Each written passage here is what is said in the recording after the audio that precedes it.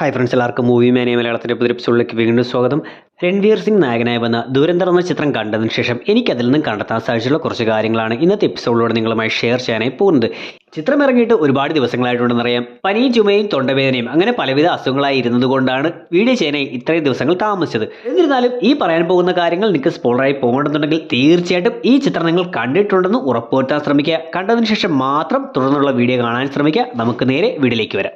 ഒന്ന്, ഈ സിനിമ പല റിയൽ സംഭവങ്ങളെ ബേസ് ചെയ്ത് വന്നതുകൊണ്ട് തന്നെ റിയൽ ലൈഫിലുള്ള പല ആളുകളെയും പല സംഭവങ്ങളെയും പല സ്ഥലങ്ങളെയും എല്ലാം ചിത്രത്തിൽ കാണിച്ചു പോകുന്നുണ്ട്. അതിലെനിക്ക് ഏറ്റവും ഇൻട്രസ്റ്റ് ആയി തോന്നിയിട്ടുള്ള കാര്യം ആ ലയാരി ടൗൺ കാണിച്ചിരിക്കുന്നതാണ്. ഗൂഗിളിൽ നമ്മൾ ഒറിജിനൽ ലയാരി ടൗണിനെ പറ്റി നോക്കുന്ന സമയത്ത് ആ ലയാരി ടൗണിന്റെ രണ്ട് വശങ്ങളിലുമായി ചില ചിത്രങ്ങൾ പകുതി മാഞ്ഞു പോയിരിക്കുന്ന അവസ്ഥയിൽ കാണിച്ചിട്ടുണ്ട്. സോ അത് അതേപോലെ തന്നെ ഇങ്ങോട്ടേക്ക് കൊണ്ടുവരാനായി സിനിമയുടെ അണിയറ പ്രവർത്തകർ ശ്രദ്ധിച്ചിരിക്കുന്നതായി കാണാം. കൂടാതെ അവിടെ ആ പാതി മാഞ്ഞു പോയിരിക്കുന്ന അവസ്ഥയിൽ കാണിച്ചിരിക്കുന്നത് റഹ്മാൻ ദക്കയത്തിന്റെ ഒറിജിനൽ റഹ്മാൻ ദക്കയത്തിന്റെ ചിത്രമാണെന്നുമാണ് അറിയാനായി സാധിക്കുന്നത്. ഹംസ ആലം നടത്തുന്ന ജ്യൂസ് കടയിലേക്ക് എത്തുമ്പോൾ അവിടെ പല വിധത്തിലുള്ള ജ്യൂസുകൾ കൊടുക്കുന്നതായി പറയുന്നുണ്ട്. ഇതിനിടയിൽ അവിടെ ഒരു പേപ്പറിലായി കസ്റ്റമർ ജ്യൂസ് ബ്ലെൻഡ്സ് അവൈലബിൾ, അതായത് കസ്റ്റമറുടെ ആവശ്യാനുസരണം ബ്ലെൻഡ് ചെയ്തിട്ടുള്ള മിക്സ് ചെയ്തിട്ടുള്ള ജ്യൂസുകൾ അവൈലബിൾ ആണ് എന്നുകൂടി എഴുതി വെച്ചിരിക്കുന്നതായി കാണാം. ഇതുകൂടാതെ കടയുടെ മറ്റൊരു ഭാഗത്തായി അവർ വെഡ്ഡിങ്ങിന്റെയും പാർട്ടിയുടെയും എല്ലാം ഓർഡറുകൾ സ്വീകരിക്കുന്നുണ്ടെന്നും കൊടുത്തിട്ടുണ്ട്. ഇതാണ് പിന്നീട് നെയ്മിന്റെ മരണസീൻ കാണിക്കുന്ന ആ ഒരു വിവാഹ ചടങ്ങിൽ ഈ ആലമും ടീമും ജ്യൂസ് സർവീസ് നടത്തുന്നതായി കാണിക്കുന്നത്. ഹംസ ആലമിന്റെ കടയിൽ വന്നതിന് ശേഷം തനിക്ക് ജോലി വല്ലതും കിട്ടുമോ എന്ന് അന്വേഷിക്കുകയും ആ സമയം ആലം ഇല്ല എന്ന് പറയുകയും അതിനുശേഷം താൻ വന്നിരിക്കുന്നത് ഹിന്ദു കുഷിൽ നിന്ന് ആണെന്ന് പറയുകയും ആ സമയം ആലം ഹംസയുടെ മുഖത്തേക്ക് നോക്കുകയും ശേഷം പഴയതുപോലെ തന്നെ ജോലിയൊന്നും ഇല്ല എന്ന് പറയുകയും ചെയ്യുന്നുണ്ട്. സോ ഇവിടെ പറയുന്ന ആ ഹിന്ദു കുഷ് എന്ന് പറയുന്നത് ഒറിജിനലായിട്ടുള്ള ഒരു വലിയ ഏരിയയാണ് സൂചിപ്പിക്കുന്നത്. എന്നിരുന്നാലും ഇവിടെ ആ ഹിന്ദു കുഷ് എന്ന പേര് തന്നെ എടുത്തു പറഞ്ഞത് ഇവർ തമ്മിലുള്ള ഒരു കോഡ് ഭാഷ പോലെയായിരിക്കാം ഉപയോഗിച്ചിരിക്കുന്നത്. അതുകൊണ്ടായിരിക്കാം ഹിന്ദു കുഷ് എന്ന പേര് പറഞ്ഞ സമയത്ത് പെട്ടെന്ന് ആലം അയാളുടെ മുഖത്തേക്ക് നോക്കുന്നതായി കാണിച്ചത്. പിറ്റേന്ന് ആലം ഹംസയോട് യഥാർത്ഥ പേര് ചോദിക്കുന്ന സമയത്ത് ഹംസ തന്റെ യഥാർത്ഥ പേര് മറച്ചു വെച്ചുകൊണ്ട് ഹംസ എന്ന പേര് തന്നെയാണ് ആവർത്തിക്കുന്നത്. ആ സമയം ആലം ചെറുതായെന്ന് ചിരിക്കുന്നതായും കാണാം. അതായത് ഹംസയുടെ യഥാർത്ഥ പേര് അതല്ല എന്നറിഞ്ഞിട്ടും ആ ഒരു ഐഡന്റിറ്റി ഹംസ പുറത്ത് വിടാത്തത് കൊണ്ട് ആ ഒരു ദൗത്യത്തിൽ പൂർണ്ണമായി ഉറച്ചു നിൽക്കുന്നത് കൊണ്ട് തന്നെയാണ് ആലം ചിരിക്കുന്നതായി കാണിച്ചത്. പിന്നീട് ഇവർ ഒരു ചായക്കടയിൽ വന്നിരുന്ന് ചായ കുടിച്ചുകൊണ്ടിരിക്കുന്ന സമയത്ത് ഹംസ ആലത്തിന്റെ യഥാർത്ഥ നാട് എവിടാണെന്ന് ചോദിക്കുന്ന സമയത്ത് ആലം അത് പറയുന്നതായിട്ടേ കാണിച്ചിട്ടില്ല. അതായത് ഇവർക്ക് രണ്ടുപേരും പരസ്പരം ഇവർ ചാരന്മാരാണെന്ന് അറിയാമെങ്കിലും ഹംസ തന്റെ യഥാർത്ഥ ഐഡന്റിറ്റി ആലമിനോട് പോലും പറയാത്തതുപോലെ ആലമും തന്റെ യഥാർത്ഥ ഐഡന്റിറ്റിയും സ്ഥലങ്ങളും ഒന്നും മറ്റൊരാളോടും ഷെയർ ചെയ്യുന്നില്ല എന്നാണ് ഇവിടെ നിന്ന് കാണിച്ചിരിക്കുന്നത്. അതിലൂടെ ആലം എന്നത് അയാളുടെയും ഫേക്ക് പേരായിരിക്കാമെന്നും യഥാർത്ഥ പേര് മറ്റൊന്നായിരിക്കാമെന്നും അനുമാനിക്കാം.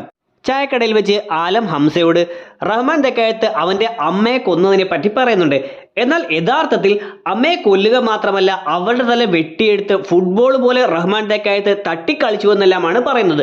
സോ അതിലൂടെ തന്നെ യഥാർത്ഥത്തിൽ അയാൾ എത്ര ക്രൂരനാണെന്ന് നമുക്ക് മനസ്സിലാക്കാം. ഈ റഹ്മാൻ ദക്കയത്തിന്റെ ഇൻട്രൊഡക്ഷൻ സീനും അവസാന സീനും ശ്രദ്ധിക്കുകയാണെങ്കിൽ അത് രണ്ടും നടക്കുന്നത് രാത്രി സമയത്താണെന്നും രണ്ട് സീനിലും ഇയാൾ ഇട്ടിരിക്കുന്നത് കറുപ്പ് നിറത്തിലുള്ള ഒരേ ഡ്രസ് തന്നെയാണെന്നും കാണാം. കൂടാതെ സിനിമയിൽ മിക്ക ഭാഗത്തും ഈ ക്യാരക്ടറും ഇതുപോലെ തന്നെ ക്രൂരന്മാരായി കാണിച്ചിരിക്കുന്ന നെഗറ്റീവ് ക്യാരക്ടറുകൾ ഇത്തരത്തിലുള്ള കറുപ്പ് നിറങ്ങൾ തന്നെയാണ് കൂടുതലായി യൂസ് ചെയ്യുന്നതായി കാണിച്ചിരിക്കുന്നത്. സോ റഹ്മാൻ ദക്കയത്തിനെ ഇങ്ങനെ ഇരുട്ട് പോലെ കറുപ്പ് രീതിയിലാണ് കാണിച്ചിരിക്കുന്നതെങ്കിൽ ഇതിന്റെ നേരെ ഓപ്പോസിറ്റ് ആയിട്ടാണ് റഹ്മാൻ ദക്കയത്തിനെ പിടികൂടാനായി വരുന്ന അസ്ലം എന്ന SP കാണിച്ചിരിക്കുന്നത്. അയാളെ ചിത്രത്തിൽ ഉടനീളം വെള്ള ഡ്രസ് ധരിച്ചുകൊണ്ടാണ് കാണിക്കുന്നത്. ഇതിന് അവരുടെ വാഹനങ്ങൾ ശ്രദ്ധിക്കുകയാണെങ്കിലും റഹ്മാന്റെ വാഹനം കറുപ്പും അസ്ലമിന്റെ വാഹനം വെളുപ്പ് നിറത്തിലുമാണ് കാണിച്ചിരിക്കുന്നത്. കൂടാതെ റഹ്മാൻ ദക്കയത്തിന്റെ ഇൻട്രൊഡക്ഷൻ സീനും എൻഡിങ് സീനും രാത്രി തന്നെയാണ് കാണിക്കുന്നതെങ്കിൽ ഈ അസ്ലം എന്ന ക്യാരക്ടറിന്റെ ഇൻട്രൊഡക്ഷൻ സീനും എൻഡിങ് സീനും പകൽ സമയത്താണെന്നും കാണിച്ചിട്ടുണ്ട്. ആ ഒരു വിവാഹ സൽക്കാരം നടക്കുന്ന സമയത്ത് അവിടെ വെച്ച് നെയ്മിനെ ഹംസ രക്ഷിക്കാനായി ശ്രമിക്കുകയും അവിടെ വന്നിരിക്കുന്ന മറ്റുള്ള ശത്രുക്കളെല്ലാം ഓടിച്ചതിന് ശേഷം ഹംസ നോക്കുന്ന സമയത്ത് നെയ്ം മരണപ്പെട്ട് കിടക്കുന്നതായിട്ടുമാണ് കാണിക്കുന്നത്. എന്നാൽ ഇതിനു മുന്നേ തന്നെ അവിടെ നിന്ന് ഓടി രക്ഷപ്പെടാനായി നോക്കുന്ന നെയ്മിനെ ഹംസ പിടിച്ചു വെക്കുന്ന ആ ഒരു സീൻ ശ്രദ്ധിക്കുകയാണെങ്കിൽ ആ സീനിൽ തന്നെ ശത്രുക്കളുടെ കയ്യിൽ നിന്നും വെടിയേറ്റ് ചോര ഒലിച്ചുപോയി പിടയുന്ന നെയ്മിനെ നമുക്ക് കാണാൻ സാധിക്കുന്നുണ്ട്. ആലമും ഹംസയും ഒരു ചായക്കടയിലേക്ക് വരുന്ന സമയത്ത് ആ ചായക്കടയിൽ പഞ്ചസാരയ്ക്ക് പകരം ഉപ്പാണ് ചായയിൽ ഇടുന്നതെന്നും അത് കുടിക്കാൻ വളരെ ബുദ്ധിമുട്ടാണെന്നും പറയുന്നുണ്ട്. ഇതുകൊണ്ട് തന്നെ ആ കടയിൽ നിന്ന് ശ്രദ്ധിക്കുകയാണെങ്കിൽ ചായ കുടിക്കാനായി ആരും ആ സമയത്ത് വന്നിട്ടില്ല എന്ന് കാണാം. സോ പിന്നെ എങ്ങനെയായിരിക്കാം ഇത്രയും വർഷങ്ങളായി ഈ ഒരു കട നിലനിന്ന് പോയതെന്ന് നോക്കിയാൽ ആ കടയിൽ ചായ മാത്രമല്ല ബിരിയാണി ഉണ്ടെന്നും എഴുതി വെച്ചിട്ടുണ്ട്. ഒരുപക്ഷെ ആ ഒരു ബിരിയാണിയുടെ ബലത്തിലായിരിക്കാം ഈ കട ഇത്ര കാലങ്ങളായി നിലനിന്ന് പോയത്. ബാബു ദക്കേത്തിന്റെ കൂടെയുള്ള ലുല്ലി എന്ന ക്യാരക്ടറിനെ ശ്രദ്ധിക്കുകയാണെങ്കിൽ ആ ക്യാരക്ടർ എപ്പോഴും ആപ്പിൾ തിന്നുകൊണ്ട് നടക്കുന്നതുകൊണ്ട് തന്നെ അയാളെ കൊല്ലുന്ന സമയത്ത് വായിൽ ഒരു ആപ്പിൾ കുത്തിക്കയറ്റി വെച്ചുകൊണ്ടാണ് കൊല്ലുന്നതെന്ന് കാണാം. ഈ റഹ്മാൻ ദക്കേത്തും ബാബു ദക്കേത്തും ഇവർ രണ്ടുപേരും ക്രൂരന്മാരായിട്ടുള്ള ആളുകളാണെങ്കിൽ കൂടി ഇവർ രണ്ടുപേരും എതിർ ടീം ആയതുകൊണ്ട് അല്ലെങ്കിൽ രണ്ട് സൈഡിൽ നിൽക്കുന്ന ആൾക്കാരായതുകൊണ്ട് ഇവർ തമ്മിലുള്ള ഒരു പ്രധാന വ്യത്യാസമായി കാണിക്കുന്നത് ഈ സെക്ഷൽ റിലേഷൻ ആണ്. അതായത് റഹ്മാൻ ദക്കേത്ത് എന്ന ക്യാരക്ടർ ആണെങ്കിലും അയാളുടെ കൂടെയുള്ള ഉസൈർ ദക്കേത്ത് ആണെങ്കിലും ഇവർക്കെല്ലാം തന്നെ ഒരു ഭാര്യ മാത്രമാണ് ഉള്ളത്, അല്ലെങ്കിൽ അവരെല്ലാം പ്രണയത്തെ നല്ല രീതിയിൽ കാണുന്നു എന്ന രീതിയിലാണ് കാണിച്ചിരിക്കുന്നത്. എന്നാൽ അതിന് നേരെ ഓപ്പോസിറ്റായി വരുന്ന ബാബു ദക്കേത്തിന് പല സ്ത്രീകളുമായി ബന്ധമുണ്ടായിരുന്നുവെന്നും അതിലൊരു സ്ത്രീയുടെ മകനാണ് ഈ റഹ്മാൻ ദക്കേത്ത് എന്നുമാണ് കാണിച്ചിരിക്കുന്നത്. കൂടാതെ ഈ ബാബു ദക്കേത്തും അയാളുടെ കൂടെയുള്ള ലുല്ലി എന്ന ക്യാരക്ടറുമെല്ലാം സ്വവർഗരതിയും ആസ്വദിക്കുന്നവരാണ് എന്നുകൂടിയും കാണിച്ചിട്ടുണ്ട്. മറ്റൊന്ന്, അജ്മൽ കസബ് എന്ന ഭീകരനെ സൂചിപ്പിച്ച കഥാപാത്രത്തെ അവതരിപ്പിച്ചിരിക്കുന്ന വ്യക്തിയെ കാണിക്കുന്ന സമയത്ത് ആ ഒരു ക്യാരക്ടറിന്റെ ദുഷ്ടതയെ സൂചിപ്പിക്കുന്നത് പോലെ, അല്ലെങ്കിൽ ആ ഒരു പേര് ഇന്ത്യക്കാരെ എത്ര വെറുക്കുന്നതാണോ എന്ന രീതിയിൽ അയാൾ ഇട്ടിരിക്കുന്ന ഡ്രസ്സിലായി കൊടും വിഷം എന്നുള്ള രീതിയിൽ തേളിന്റെ ചിത്രം കൊടുത്തിരിക്കുന്നതായി കാണാം. ബാബു ദക്കേത്തിനെ കൊല്ലാൻ പോകുന്ന സീനിൽ ദോങ്ക ബാബു ദക്കേത്ത് ഇമ്രാൻഖാന്റെ ഓട്ടോയിലാണെന്ന് പറയുകയും ഉസൈർ ആരായി ഇമ്രാൻഖാൻ എന്ന് ചോദിക്കുകയും ദോങ്ക അത് നമ്മുടെ ക്യാപ്റ്റനാണ് അറിയില്ലേ എന്ന് ചോദിക്കുകയും ചെയ്യുന്നുണ്ട്. മേ ബി ഈ ഉസൈർ എന്ന ക്യാരക്ടർ ഒരു ഫുട്ബോൾ പ്രേമിയാണെന്നും മർഡോണയുടെ പേരെല്ലാം അറിയാമെന്ന് കാണിക്കുകയും അതുകൊണ്ട് തന്നെ ഈ ക്യാരക്ടറിന് ക്രിക്കറ്റിൽ അത്ര താല്പര്യമില്ലെന്നും അതുകൊണ്ടായിരിക്കാം ഇമ്രാൻഖാന്റെ പേര് ഇയാൾ അറിയാതെ പോയത് എന്നുള്ള രീതിയിലായിരിക്കാം ഈ സീൻ കാണിച്ചത്. എലീനയും ഹംസയും ആലത്തിന്റെ കടയിൽ വരുന്ന സമയത്ത് ആലം കടയുടെ അകത്തേക്ക് അവരെ കയറ്റാതെ പുറത്തു തന്നെ ഒരു സ്ഥലത്ത് ഇരിക്കാനായി പേപ്പർ വിരിച്ചു കൊടുക്കുകയും ആ ന്യൂസ് പേപ്പറിൽ നിന്നാണ് എലീന SP ആലം തന്റെ വീട്ടിൽ സ്ഥിരമായി വരാറുണ്ടെന്നുള്ള കാര്യം ഹംസയോട് പറയുകയും ചെയ്യുന്നത്. സോ ഈ സീൻ കണ്ടപ്പോൾ എനിക്ക് തോന്നിയത് അവൾ മന്ത്രിയുടെ മകൾ ആയതുകൊണ്ട് തന്നെ അവൾ വഴി അസ്ലമിന്റെ നീക്കങ്ങൾ മുൻകൂട്ടി അറിയുന്നതിന് വേണ്ടി ആലമും ഹംസയും പ്ലാൻ ചെയ്തുകൊണ്ട് തന്നെ ആയിരിക്കാം ആ ഒരു ന്യൂസ് പേപ്പർ അവളുടെ മുന്നിലേക്ക് ഈ ഒരു സീനിൽ ഇട്ടുകൊടുത്തത്. എലീനയുടെയും ഹംസയുടെയും വിവാഹ ചടങ്ങ് നടക്കുന്ന സമയം ആലം അങ്ങോട്ടേക്ക് വരുന്നതായി കാണിച്ചിട്ടുണ്ട്. ആ സീനിൽ അയാൾ കൊടുക്കുന്ന ഗിഫ്റ്റ് ഒന്ന് ശ്രദ്ധിക്കുകയാണെങ്കിൽ അയാൾ ഒരു ജ്യൂസ് കട നടത്തുന്നത് കൊണ്ട് തന്നെ ഒരു ജ്യൂസറാണ് ആ ഗിഫ്റ്റായി കൊടുത്തിരിക്കുന്നതെന്ന് കാണാം. ആലം ഹംസയ്ക്ക് കൊടുക്കുന്ന ഡയറിയിൽ ഹംസ ഒരു ലിക്വിഡ് വെച്ച് തുടയ്ക്കുന്ന സമയത്ത് പല പേരുകൾ തെളിഞ്ഞു വരുന്നതായി കാണിച്ചിട്ടുണ്ട്.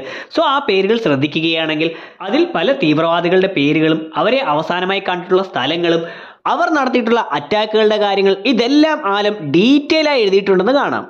കൂടാതെ സിനിമയുടെ അവസാന ഭാഗത്തേക്ക് എത്തുമ്പോൾ റഹ്മാൻ ദക്കേത്തിനെ കൊന്നതിന് ശേഷം അയാളുടെ പേര് വെട്ടിയതിനു ശേഷം മറ്റൊരു പേജ് ഹംസ തുടയ്ക്കുന്ന സമയത്ത് അവിടെയും പല പേരുകൾ തെളിഞ്ഞു വരുന്നതായും അതിൽ ഏറ്റവും ഒടുവിലായി ബെഡാ സാബ് എന്ന് കൊടുത്തിരിക്കുന്നതായും കാണാം. സോ ആ ബെഡാ സാബ് ആരാണെന്ന് അവിടെ കാണിച്ചിട്ടില്ലെങ്കിലും വരും സിനിമയിൽ ഇവരുടെ എല്ലാം ഏറ്റവും വലിയൊരു നേതാവായി കാണിക്കാൻ പോകുന്നത് ഒരുപക്ഷെ ഈ ഒരു ബെഡാ സാബ് എന്ന ക്യാരക്ടറിനെ ആയിരിക്കും. റഹ്മാൻ ദക്കായത്ത് മരണപ്പെട്ടതിന് ശേഷം തൊട്ടടുത്ത് വരുന്ന ഷോട്ടിൽ കാണിക്കുന്നത് റഹ്മാൻ ദക്കായത്ത് ഉയർത്തെഴുന്നേറ്റതുപോലെ സിഗരറ്റ് വലിച്ചുകൊണ്ടിരിക്കുന്നതായിട്ടാണ് കാണിക്കുന്നത്. ഈ സമയം ഇത് കണ്ടുകൊണ്ട് ഹംസ ഞെട്ടിപ്പോകുന്നതായിട്ടും പിന്നീട് അത് ഹംസയുടെ ഒരു തോന്നൽ മാത്രമായിരുന്നുവെന്നും റഹ്മാൻ ദക്കായത്ത് യഥാർത്ഥത്തിൽ മരണപ്പെട്ടുവെന്നുമാണ് കാണിക്കുന്നത്. എന്നാൽ റഹ്മാൻ ദക്കായത്ത് ആ ഒരു സിഗരറ്റ് വലിച്ചുകൊണ്ടിരിക്കുന്ന രംഗം കാണിക്കുമ്പോൾ തന്നെ അത് ഫേക്ക് ആയിട്ടുള്ള കാര്യമാണ്, അല്ലെങ്കിൽ ഒരു തോന്നൽ മാത്രമാണ് എന്ന് ചില കാര്യങ്ങളിലൂടെ അവർ വ്യക്തമാക്കിയിരുന്നു. അത് ആ ഷോട്ട് കാണിക്കുമ്പോൾ പെട്ടെന്ന് അവിടെ ഡോക്ടർമാരൊന്നുമില്ല എന്നതുകൊണ്ട് മാത്രമല്ല, പകരം ആ ഷോട്ടിൽ റഹ്മാൻ ദക്കായത്തിനെ കാണിക്കുമ്പോൾ അയാളുടെ കഴുത്തിൽ വെടിയേറ്റിരിക്കുന്നതും കണ്ണിന് പരിക്ക് പറ്റിയിരിക്കുന്നതും വലത്തെ സൈഡിലായിട്ടാണ്. എന്നാൽ യഥാർത്ഥത്തിൽ റഹ്മാൻ ദക്കായത്തിന്റെ കണ്ണിന് പരിക്ക് പറ്റിയിരുന്നതും വെടിയേറ്റതും മുഖത്തിന്റെ ഇടത്തെ സൈഡിലായിട്ടായിരുന്നു. സോ ഈ ഒരു കാര്യത്തിലൂടെ തന്നെ അത് ഫേക്ക് ആയിട്ടുള്ള കാര്യമാണ്, അല്ലെങ്കിൽ ഹംസയുടെ ഒരു തോന്നൽ മാത്രമാണെന്ന് അവർ വ്യക്തമാക്കിയിരുന്നു. കൂടാതെ സിനിമയുടെ ഏറ്റവും ഒടുവിൽ രണ്ടാം ഭാഗത്തിന് ചില രംഗങ്ങൾ കാണിക്കുന്ന സമയത്ത് റഹ്മാൻ ദക്കായത്തിന്റെ ആ ഒരു സ്ഥാനത്തേക്ക് പിന്നീട് എത്തുന്നത് ഈ ഹംസയാണ് എന്നുള്ള രീതിയിൽ കാണിച്ചു പോകുന്നുണ്ട്. സോ ഇതിന്റെ ഒരു ഫോർഷാഡോയിങ് എന്ന പോലെയാകാം ഈ സീനിൽ റഹ്മാൻ ദക്കായത്തിന്റെ ഇടത്തെ കണ്ണ് പരിക്ക് പറ്റിയിരിക്കുമ്പോൾ അതേപോലെ തന്നെ ഹംസയുടെ ഇടത്തെ കണ്ണും ഇതുപോലെ ചോര കൊണ്ട് മാർക്ക് ചെയ്തിരുന്നതായി കാണിച്ചത്. കൂടാതെ ഈ രണ്ടാം ഭാഗത്തിന്റെ ചില സീനുകൾ കാണിക്കുമ്പോൾ അതിൽ ഒരു ഭാഗത്ത് ഉസൈർ ആരുടെ തല തറയിലിട്ട് വെട്ടുന്നത് പോലെ കാണിച്ചിട്ടുണ്ട്. അതായത് അയാൾ മരണപ്പെട്ടതിന് ശേഷവും ആ തല ക്രൂരമായി വെട്ടി പരിക്കേൽപ്പിക്കുന്നതായിട്ടാണ് കാണിച്ചത്. ഇത് അർഷദ് പപ്പുവിൻ്റെതാകാനാണ് സാധ്യതയുള്ളത്. അതായത് ഈ അർഷദ് പപ്പുവിനെ 2013 കറാച്ചി ഡിഫൻസിംഗ് ഹൗസ് അതോറിറ്റി പിടിച്ചുവെന്നും പിന്നീട് ലയാരിയിലുള്ള അർഷദ് പപ്പുവിന്റെ എതിരാളികൾക്ക് അയാളെ കൈമാറിയെന്നും ആ എതിരാളികൾ അർഷദ് പപ്പുവിനെ കൂടെയുള്ള ആളുകളെയും ക്രൂരമായി ടോർച്ചർ ചെയ്യുകയും പിന്നീട് കൊല്ലുകയും മരണപ്പെട്ടതിനു ശേഷവും അയാളുടെ ജഡവും മറ്റും ലയാരി തെരുവുകളിലൂടെ കൊണ്ടു നടന്നുവെന്നും ക്രൂരമായി ആ ജഡത്തെ പോലും ഉപദ്രവിച്ചുവെന്നും പിന്നീട് കത്തിക്കരിച്ചുവെന്നെല്ലാം പറയുന്നുണ്ട്. സോ റഹ്മാൻ തെക്കായത്തിന്റെ മരണശേഷം ആ സ്ഥാനത്തേക്ക് വന്ന ഉസൈർ ആയിരുന്നു ഈ കാര്യങ്ങളെല്ലാം നടപ്പിലാക്കിയെന്നും പറയപ്പെടുന്നുണ്ട്. അതുകൊണ്ട് തന്നെ ഈ ഷോട്ടിൽ ഉസൈർ ആരുടെയോ തല തറയിലിട്ട് വെട്ടുന്നതായി കാണിച്ചത് നേരത്തെ പറഞ്ഞതുപോലെ റഹ്മാൻ തെക്കയത്തിന്റെ മരണശേഷം ഉസൈറിന്റെ പിടിയിലായിട്ടുള്ള അർഷദ് പപ്പുവിന്റെ തലയാകാനാണ് സാധ്യതയുള്ളത്. കൂടാതെ സിനിമയിൽ ഒരു കാര്യം ശ്രദ്ധിക്കുകയാണെങ്കിൽ ഉസൈറിന്റെ സാന്നിധ്യം ഉണ്ടായിരുന്ന സമയത്ത് ഒരിക്കൽ പോലും പോലീസ് റഹ്മാൻ തെക്കയത്തിനെ പിടിക്കാനായി ശ്രമിച്ചിട്ടില്ലെന്ന് കാണാം. അല്ലെങ്കിൽ ആ സമയങ്ങളിൽ റഹ്മാൻ തെക്കയത്തിനെ പിടിക്കാൻ പോകുന്ന സമയങ്ങളിൽ ഉസൈറിനെ അവിടെ നിന്നും ഒഴിവാക്കിയിട്ടുണ്ടായിരുന്നു എന്ന് കാണാം. അതായത് ഉസൈർ ഉണ്ടായിരുന്നുവെങ്കിൽ റഹ്മാൻ തെക്കയത്തിനെ പിടിക്കാൻ ഇവർക്ക് സാധിക്കില്ലായിരുന്നു എന്നാണ് സിനിമയിൽ പറഞ്ഞു വെക്കുന്നത്. സോ അങ്ങനെ നോക്കുന്ന സമയത്ത് രണ്ടാം ഭാഗത്തിൽ റഹ്മാൻ തെക്കയത്തിനെക്കാട്ടിലും വലിയൊരു വില്ലനായിട്ടായിരിക്കാം ഉസൈർ വരാൻ പോകുന്നത്. മറ്റുള്ള വില്ലന്മാരെല്ലാം ഉണ്ടെങ്കിൽ കൂടി ഉസൈർ അത്ര കൊടൂര വില്ലനായിട്ടായിരിക്കാം രണ്ടാം ഭാഗത്തിൽ വരാൻ പോകുന്നത്.